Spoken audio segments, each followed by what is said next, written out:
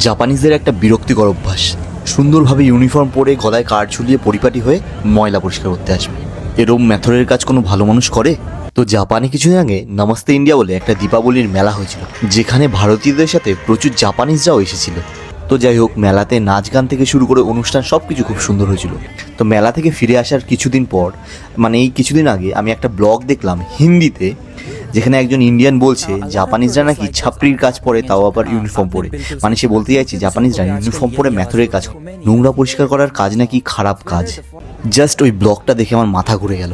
আমার কাছে এই ভিডিও ক্লিপগুলো ছিল, আমি ভাবলাম তোমাদের সাথে শেয়ার করি। দেখো, জাপানে কোনো কাজে ছোট বড় বলে কোনো কিছু নেই, সমস্ত মানুষ সমস্ত রকম কাজ করে শারীরিক সক্ষমতা অনুযায়ী। ইভেন আমি তো এও দেখেছি বড় বড় কোম্পানির মালিকরা হাতে গ্লাভস পরে ঝাঁটা ফাটা নিয়ে বেরিয়ে পড়ে আশেপাশের জায়গাগুলো পরিষ্কার করার জন্য, এবং তাদের বাচ্চাদেরকে পর্যন্ত এই সমস্ত শিক্ষা দেয়। আর জাপানের স্কুলে তো 3-4 ক্লাস পর্যন্ত কোনো রকম পরীক্ষাই থাকে না, ওদের শুধু শেখানো হয় পরিষ্কার পরিচ্ছন্নতা আর মানুষকে কীভাবে সম্মান করতে হয়, এইসব জিনিস শেখানো।